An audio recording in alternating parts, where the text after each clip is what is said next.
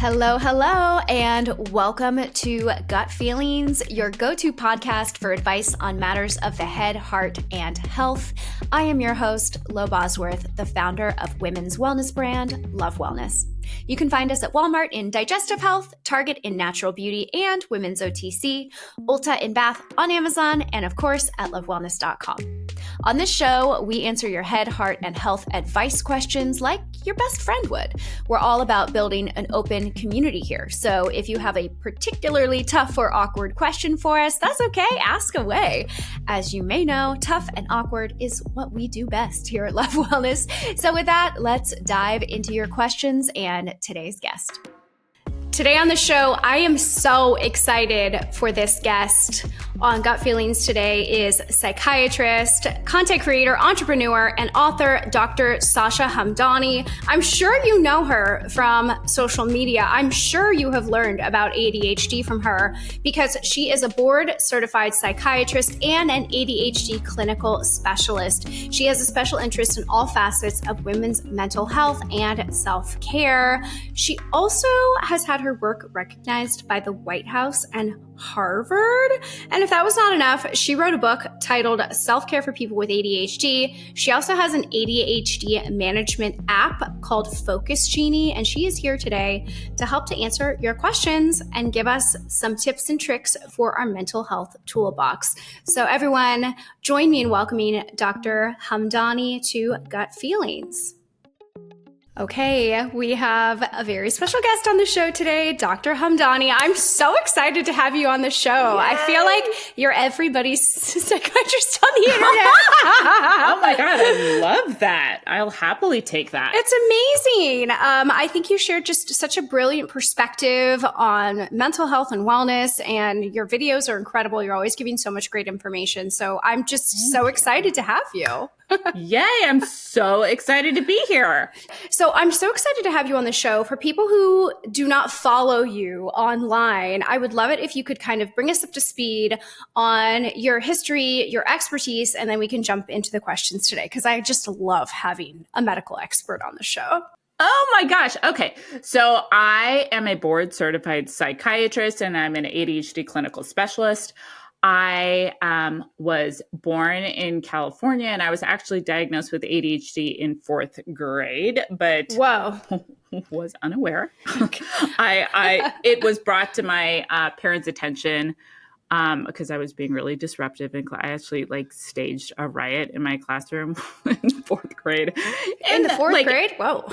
Yeah, it was low. It's embarrassing. It was just I got all the kids stand up on their desks. But anyway, very disruptive. Got diagnosed and was treated, but I didn't truly know about ADHD. But I didn't know about it. So I was started on medication. My parents were like, here's something that's going to help you focus. But I wasn't sat down and been like, this was ADHD. Did pretty well. Finished high school. Did well enough that I got into medical school right out of high school. So I jumped in at that point. It was the first time I was away from home and the wheels came off, had a really hard time. Almost in that first year, it was just a mess. And I was having such a hard time that I was I don't know if I could do this. Went home, realized I had ADHD, started to deep dive into ADHD, started understanding my brain better, started employing new techniques. And then that got me through medical school and got me interested in psychiatry, which is where I did my residency in psychiatry and started to actually niche down on ADHD. Yeah. And now I get to spend my days talking about ADHD and talking to other people about how to improve their brain. And it is the most fun job in the world. I love that. I have to say, I think a lot of people have think they have ADHD now because of social media. Does that make sense? There's all these videos that are not created by experts, by the way, that are just created by people that are if you do this, you have ADHD. If you do this, you have ADHD. It's if you were gifted and talented, you had ADHD. If you leave your cabinet open, you have ADHD.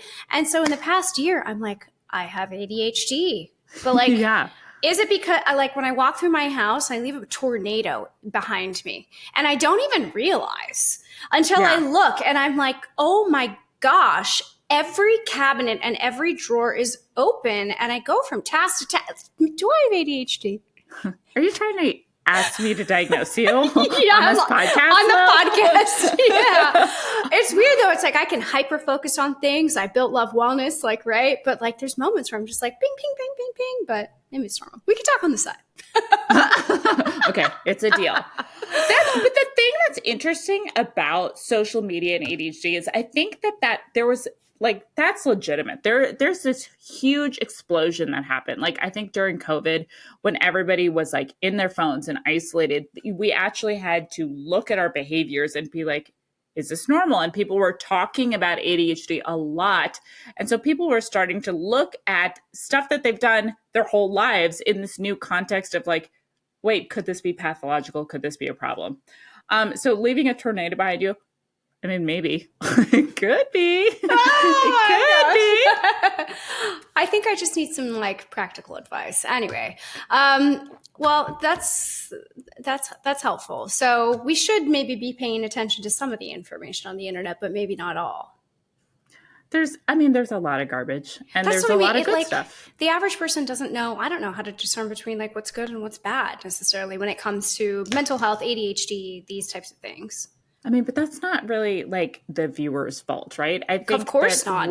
With social media, it's so hard to distinguish between good information and bad information. Yeah. And so a lot of times it's like when I'm telling, because I think that there's a lot of value in getting information online because it's accessible. Like a lot of people, they don't have access to healthcare and they don't have access to learn about good, appropriate, evidence-backed information. Right. So there's a lot of good stuff, but I wish there was a better metric for like, this is someone you can trust. And this is, even like verification, that doesn't really mean anything anymore. Anyway. Yeah, I know what you mean. All right, let's jump into our first question because we have some really good questions today. So the first question is a health question, and it comes from a listener named Caitlin. She says that your book, Self-Care for People with ADHD, was a game changer for her, and she loves your app, Focus Genie, which she adds has also been a huge help to her. God, maybe I need Focus Genie. She goes on to say that while she's had lots of success on her journey so far, she's learning more and more about the impact that diet and nutrition can have on her condition. So she's wondering if you can share with her some of the foods and or vitamins that can help her with her ADHD symptoms, and also maybe some things that don't help. Sure. That's, first of all, Caitlin, I love that. You're going to make me like actively weep on camera. Isn't that nice? So nice. So nice. Because like once you put stuff out there, you never really, like you never know. You never know. And also I'm like a little bit anxious. And so I just don't check stuff. Like I don't check reviews. So I don't know what people say about things like that because I'm not in a place mentally. I can do that. I get it 100%. But what a great question. Let's talk about things that help first and then things that hurt. So things that help, number one, it's not even so much as what you're putting in your body, although that is really important, but it's how often you're doing it. Because with ADHD, just like you were talking about with this hyperfocus, you can get into spots where you're like artistically or creatively compelled and something is really grabbing your interest and you get stuck in this void where you lose time. And all of a sudden it's like 12 hours down the road and you're like, why haven't eaten? And so it's a lot of times you get into a situation where you're not feeling those kind of normal hunger cues. And so it's about learning like, okay, even if I'm not really hungry, I need to eat at this point, or I need to segment my day and make sure I'm getting this constant nutrition coming in to level me out. Because when people fall into those holes, those hypoglycemic holes where they're not eating enough, like obviously you feel like garbage because you don't have enough food in your system, but there are literally not enough nutrients and oxygen fueling your brain. And so then you're even more at a deficit. So that's a great tip. And so what I tell people is every 3 hours, like you should be putting something in your body every 3 hours. Do you need to set an alarm to do that if you are forgetful? If you're in the void? I do. I mean, so that's like one of the things that when I was creating Focus Genie, I had to like, it took like 2 years to develop because I kept being like, what do I need more? What do I need? And I kept tweaking. One of the things is, I legitimately forget to eat. And there's a timer there that I like break down, okay, I'm going to work for this amount of time and then it's going to take a break. And during that break, I'm like, okay, this is where I'm going to have my snacks. This is where I'm going to drink my water.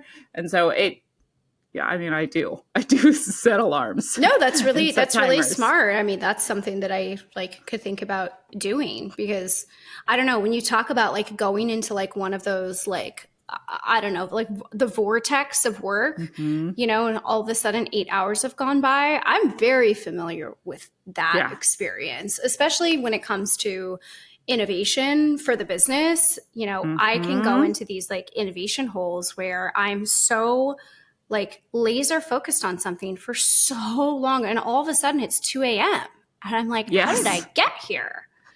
I know. And it's, you know, the thing that's wonderful, not like, I still want to answer that question, but like when you're in those hyper-focus tangents, you're able to get done a Herculean amount of stuff in a small amount of time, which is insane, because like if you were in a spot where maybe you're not as pushed naturally by your own interest level, it may take you 3 weeks to do that amount of work, but then you're just like in this mode, and it's incredible. It's just a matter of like being knowledgeable about what those moments entail and then being able to fuel your body accordingly. Yeah. Okay. So I like the idea of eating on a schedule and making sure that like it's every 3 hours, just so that you're fueling your body and your brain. And then, you know, and I should be more picky about this. And like in the past, I've, you know, through my medical training, I've worked with dietitians, I've worked with nutritionists, and, you know, yes, there are things that you definitely should prioritize. Like you should be eating things with a good balance of carbohydrates and proteins and fats, good healthy fats, great for the brain, avocados, nuts, things like that. But honestly, I don't have a super restrictive diet. It's about finding what works for you and finding, like, listening to your body. And so I think more importantly is, rather than being like super restricted about exactly the proportions you take and exactly like eat frequently, eat what you feel like is good for your body, and then avoid things that are bad. Because I think if you like put stuff into like this category where you're trying to like, I need exactly this proportion, or I need this has slightly more protein than this other thing. I like, it gets complicated and then you lose momentum. It's like hard enough to maintain in and of itself. Right. So I think just eat some food. Eat some food, man. Eat some food that you feel is good for you, that makes you feel good. And you know in your body will tell you what you like and you don't like. So it took me a long time, and I don't think this is right for everybody, but it took me a long time to figure out that my body just hated gluten. Like, it hates it.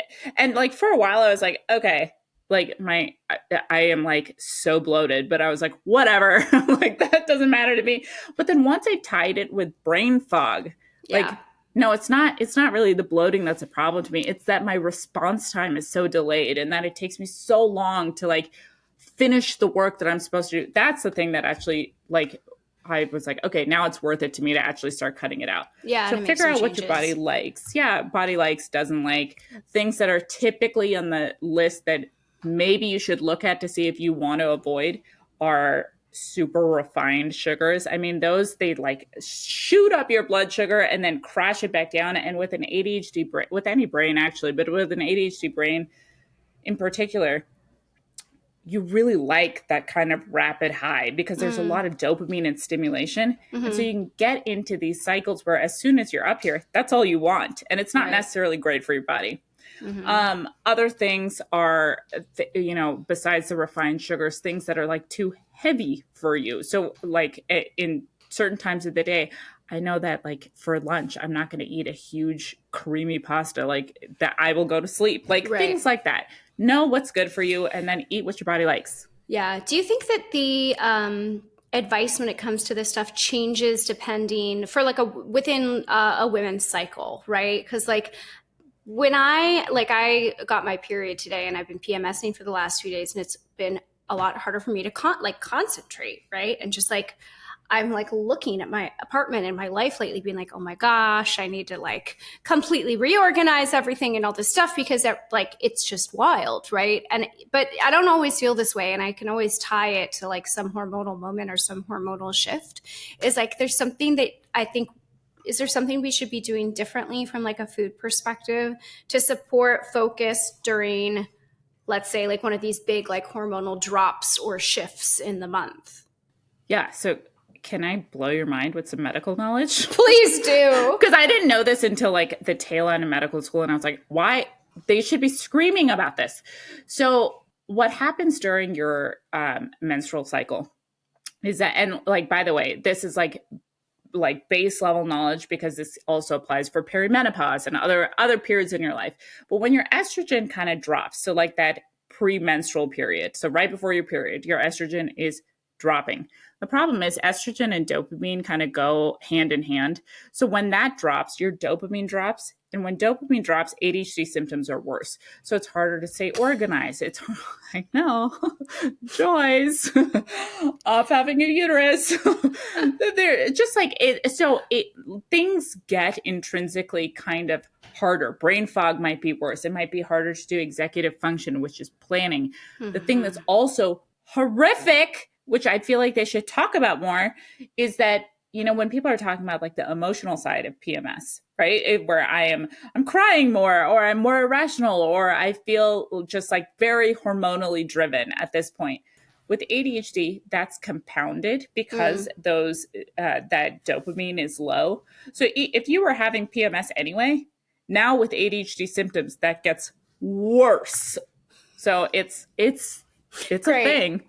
Yeah, I've been thinking about the last few days, and I'm like, oh my gosh. Okay, well, that's good to know. It's just the more you know about your body, I think the more that you can make peace with these sort of moments that are challenging and understand, okay, this is going to come to an end at some point. I'm going to turn the corner and It will be okay. And I feel like during those periods of time, honestly, like I plan my month accordingly. I know that the first week or so of my month, it's just, that's going to be a harder time for me. And so like if I have big things, or if I can push off things, I try to do my big stuff like kind of later in the month or mid-month or things like that.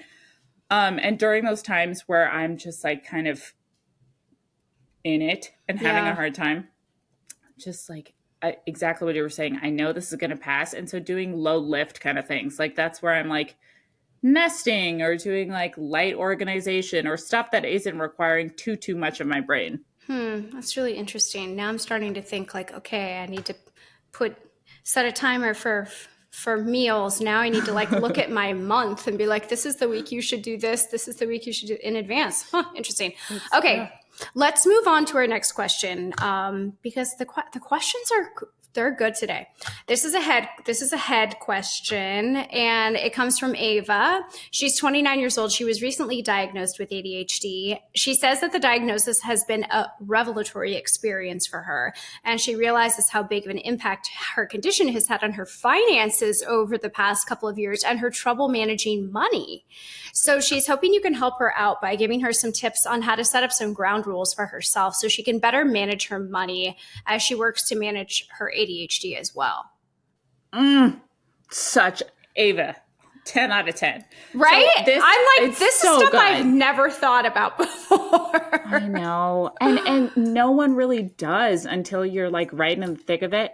And that's one of the reasons that I put together Focus Genie specifically. Yeah. I know I keep talking about that, but I'm downloading. I'm going to download it right now. But it has it has an entire area dedicated to finance and budgeting and things like that. And I think that one of the things for ADHD people is we develop a very unhealthy relationship with finances.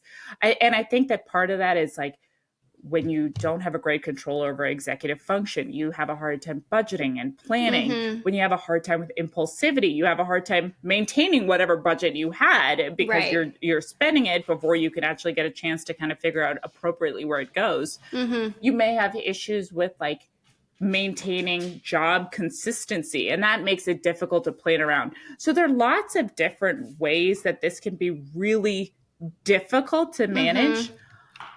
Some of the things that I have done and that I've suggested for people is, number one, educating yourself about money. There's like really good social media sites that they teach you about money, and it's like in a non-judgmental way that it's easily digestible.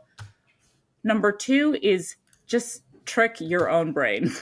So like, if I know I am, like, for me, it's not so much stuff, it's travel. Like if I'm traveling anywhere, money it's not a real thing to me. It doesn't exist. No, it's just like, oh, I'm traveling, I'm on the end, like that. I mean, that's the airport, that's the hotel, that's it. Like, Right. and then I come back and I'm like, I am ruined. Like, what did I do? Whoops. And so it's right. And it's like every time you'd think I would have learned that. And so I think part of that is like tricking your system. And so some of that is like, I know if I'm going on trips and things like that, I'm not going to bring a credit card. I will bring a straight up old school debit card, or I will bring cash, or I will bring something where I have a more tangible understanding of like, this is the money in it and I cannot go above this. Right. It will get declined, or I will run out of cash to give you. Yeah. Because then I'm like, I can spend this amount of money to do this adventure. And like when I'm doing it, I don't feel like I'm restricting at that time, because I'm like, Right. oh, I have what I have. Whereas This is if what I don't planned put that, for, it's Yeah. there. Use it in whatever way you want, but that's it. yeah. And so it's just like, is it less fun? Probably, but it's a more responsible way so I can continue doing this. So is this why, because you talked about sort of like that dopamine high, right? And because when you spend or you impulse buy, or even you're just bored watching TV and shopping on Amazon, like, Yes. are you spending irresponsibly because the ADHD brain like wants that hit? Yes. And the thing that sucks is that literally sometimes I'm doing that and I'm like, oh yeah, that's great. And then the minute it comes, I'm like, I don't want this anymore. I know. I don't want this. Why did I do this? And now I have to like go through and like mentally be like, okay, now I have to return it. When does that go? When does that window over? So it's taken me a long time to kind of figure out like what, like with that impulsive spending, giving myself a waiting window, because like in the moment it feels very urgent. And especially like I am consistently duped by like, the sale is ending in 40 Right. minute. The Like urgency. I need to, so much urgency. So I'm like, oh, okay, I got to get this sweatsuit right now. Otherwise my life will not continue. Yeah. But what I've decided to do is like, if it's not something that like isn't going to impact me significantly, like if it's something that I would consider as a bigger purchase or something that I wouldn't normally do, or I'm like hesitating a little bit, if I'm hesitating, I wait on it for a full 24, 48 hours. And then by that time, even if it's like not on sale anymore, I've discovered that I want it enough that I'm like, okay, whatever. And either I'll, at that point, I'm like, I do want it. I'll wait till it's on sale again, or I'll buy it in that moment. Or more likely, and I'm talking like 90% of the time, the next day comes around, I'm like, nope. Why did I even want that? Or maybe you just forgot about it entirely. Right? Easily And then could be. you really didn't want it. I know. And so then it's just like, if you start setting that rule for yourself, you'll get into a situation where you're like, okay, like I feel like I have more agency over my purchases. And that's a very empowering feeling, I think. Yeah, I think that's helpful. I mean, just having this conversation and being made aware of the connection, I think is really powerful, right? Totally. I had no idea that you could connect sort of the ADHD brain to trouble saving money, financial struggles. But of course, like that makes sense, of course. But not a lot of people are having these conversations. And so I'm so happy that you are, and kind of like bringing it to light and sharing the information. It's incredibly helpful. Okay, so we have one more question. It's matters of the heart. It comes from Jess. She says that she struggles with extreme sensitivity to criticism or rejection. And she's noticed, obviously, it has an impact on her dating life. She says that she keeps settling for people who are not right for her just because they don't challenge her in some of those ways that makes her feel uncomfortable. So she's hoping that you might have some ideas for her on how she can start to confront this behavioral pattern and work towards finding a more meaningful relationship in her life. You were so right. These are such good questions. They're fire questions today. Questions. I know. The audience came. They're here. Yeah, for sure. This is amazing. So what a lot of people don't know, because it's not part of the diagnostic criteria, even though, by the way, that's like a whole separate conversation. It should be. Mm-hmm. There is a phenomenon called rejection sensitive dysphoria, which is an extreme emotional, sometimes physical, but emotional sensitivity and pain to perceived or real rejection or criticism. So think about, by the way, this is present in almost 100% of people with ADHD. So it is super common. It's of varying degrees, but think about dating where you're at your most vulnerable. And now you're being put into a position where you are in situations where you're trying to be vulnerable, but the thought of rejection or criticism is so crippling and you have such a physical and visceral reaction to it that kind of dictates your reaction. So it's not surprising to get into that pattern of, I don't want to say dating beneath you, but that's exactly what I'm saying. Mm-hmm. Like people who don't challenge you and don't make you work hard and don't make you grow. And I'm saying that, yes, as a psychiatrist, but I'm also saying that as someone who's experienced those patterns. I mean, I have dated people that in my more advanced age, I'm like, no, that was a terrible idea. And not that I don't learn from that, but like part of the reason I feel that I went into a relationship or even entertained it because it didn't feel scary, because I didn't feel like there was anything to lose or that there was anything, and which isn't fair to the partner either, right? You're being in a inauthentic relationship where you feel like you deserve better, you probably treat the other person accordingly, right?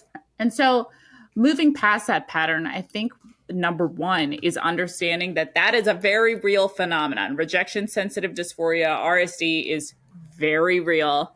The things you can kind of do to work past it is, one, acknowledge it. And so sometimes when you're having this intense feeling of rejection or criticism, and like for me, depending on who is triggering it at that time, like I could feel it in my chest and it feels like a panic attack, or I can feel it in my face. Like if it's someone, like I remember in medical school, if it was like an attending or someone who was like trying to ask me questions on the spot, like my whole face, I'm brown, so you can't tell, but like it would turn like red, and it was like difficult for me to, like, I felt dizzy, I felt hot, and so sometimes if you don't know that phenomenon exists, you're like, am I having a panic attack? Am I having a stroke? Do I have something neurological going on? Yeah. So that's one thing. Number two is that once you recognize that is a phenomenon, understanding the triggers. And so sometimes if you're in a relationship, that communication can be the thing triggering you. So if you understand that phenomenon and you feel comfortable and you want this kind of relationship to mature and grow and progress, it's a matter of talking to your partner about, like, hey, when you said it like this, that made me feel anxious, scared, rejected. And I know you didn't mean it like that, but this is how you probably should have said it. And this is what's going to enter my brain so I can respond to it appropriately without freaking out in the moment. Mm-hmm. And then, there actually is medication that you could take to make this a little bit easier, which is fabulous. That's interesting. It's an option. Yeah. I think what's interesting about some of this stuff, I know a couple people who are really sensitive to criticism, rejection, to the point that it really does affect their dating life. And I think one of the things about this is when they say, like, oh, I'm just sensitive, people who are not as sensitive have a hard time relating. And so they're just like, come on, you know what I mean?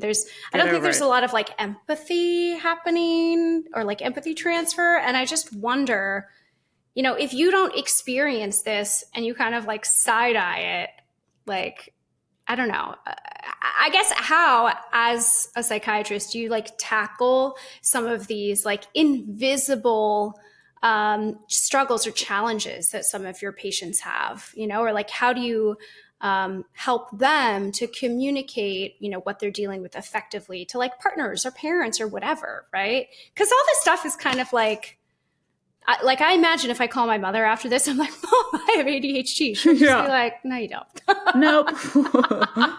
I think that a lot of that is developing your own understanding of your brain. Like once you understand your brain and you understand, because if, you're operating on like, you don't know what ADHD is, you don't understand what rejection sensitivity is, then a lot of it is like, I am too sensitive. I should be able to tolerate this, but I can't. I don't know what's wrong with me. Right. So I think once you understand and you develop a language around it, you can better use that to communicate with partners. And a lot of that early dating experience, and I get it, it's about finding that right partner who's willing to do that.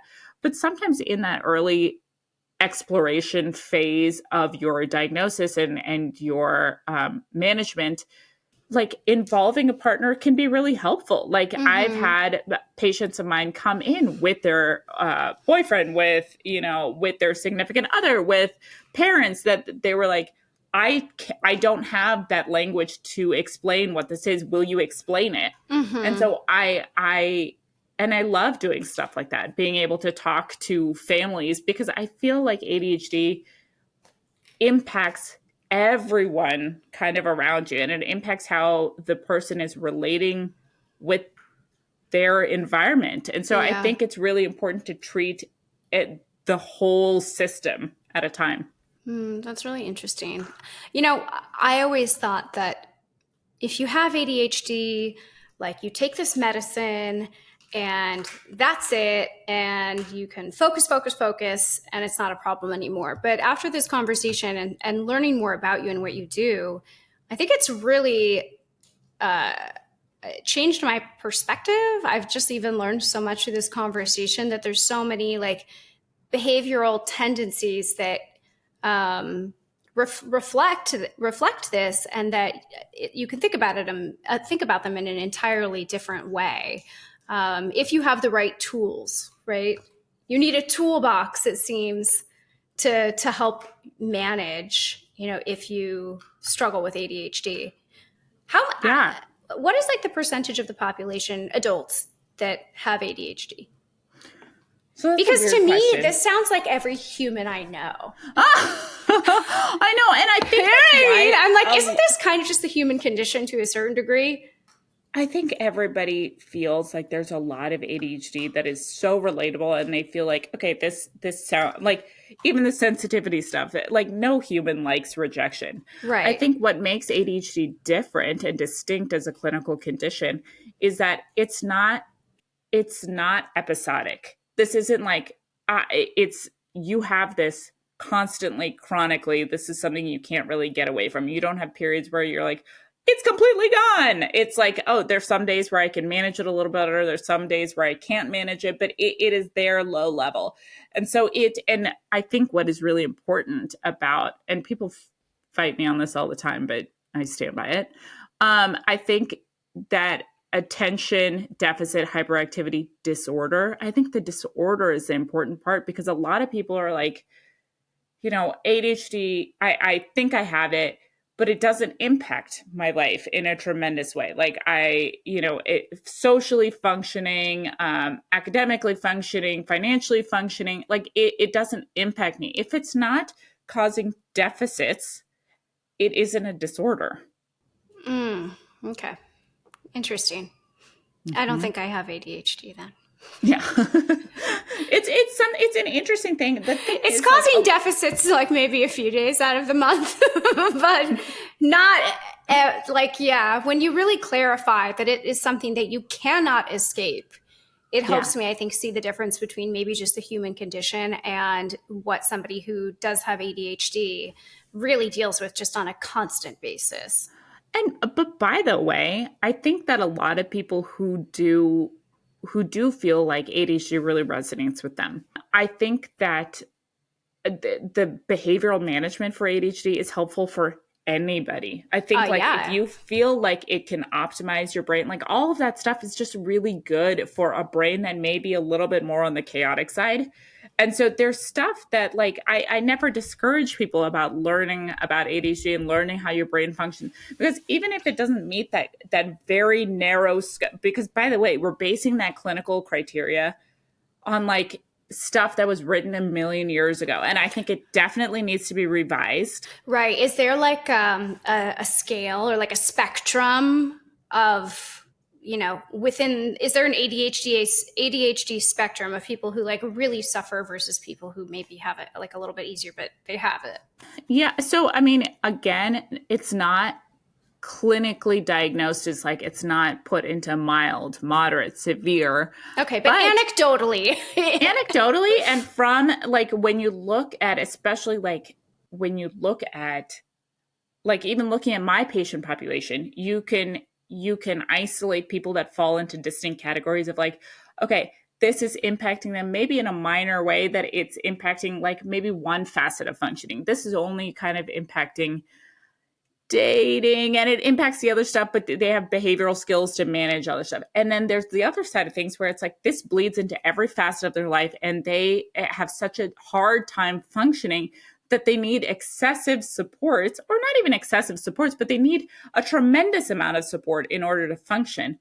And so I think that when you look at that scale, it's not like, again, not necessarily a good thing. It's not like, even with the mild and the moderate and the severe, I think that also indicates, the mild, moderate, severe indicates like how much support someone needs. Because like with adequate support, it doesn't matter if you're mild, it doesn't matter if you're severe, you can get kind of through it and do really well. It's just how much you need in order to function in a neurotypical setting. That's really helpful. So for anybody who's listening who thinks that maybe they do have ADHD or they know that they have it, what's kind of like, I guess, if you suspect that you have ADHD, but you haven't been clinically diagnosed, right? Like, what is step one? What do they do? So, if they want to get help, right? Yeah. If they want to get help, I think learn about your brain. Number one. I mean, and I would say that even prior to like going down the rabbit hole of finding a provider, because I think that there's a lot of behavioral management you can do on your own. There's a lot of like optimizing your own wellness, optimizing your own nutrition and diet and exercise and sleep, and all of those things I think are going to benefit you pretty greatly. If you're like, you know what, I think I need medical help in order to kind of do that and guide you through, going and looking, and this part, it's hard because access to care is such an issue, but like if you're going through insurance, calling your insurance to see who can do ADHD diagnosis, and whether that's a therapist, whether that's a pediatrician or a primary care doctor or a psychiatrist. If you have I would pick a psychiatrist just because they're the best trained.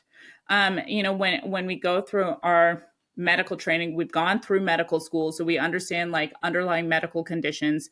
We've gone through psychiatry residency, so we have a really good understanding of like underlying psychological conditions, as well as like a really deep understanding of medications, which is like a benefit. And they're great providers in any other field. You could find one, but I feel like if you have no knowledge at all, a psychiatrist typically are the best equipped to handle ADHD. This has been so helpful. I love this episode. You are brilliant, Dr. Hamdani. Where can listeners find you? What should they look for? They put out into the world?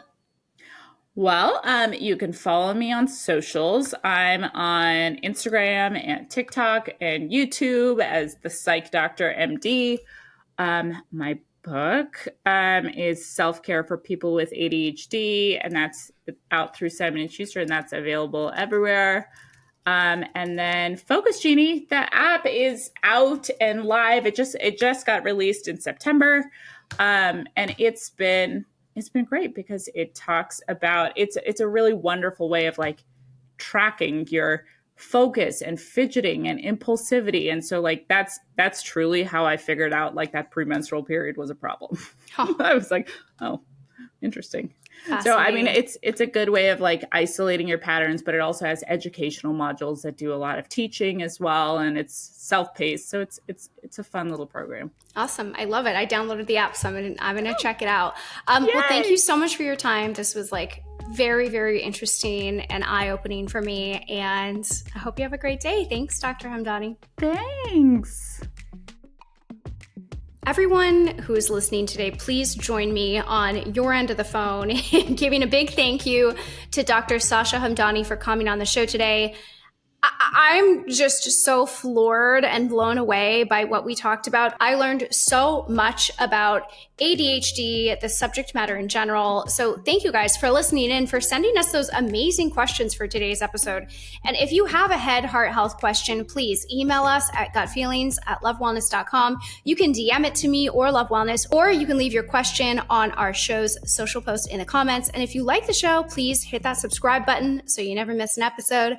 I'm Bosworth, and I will see you next time on Gut Feelings.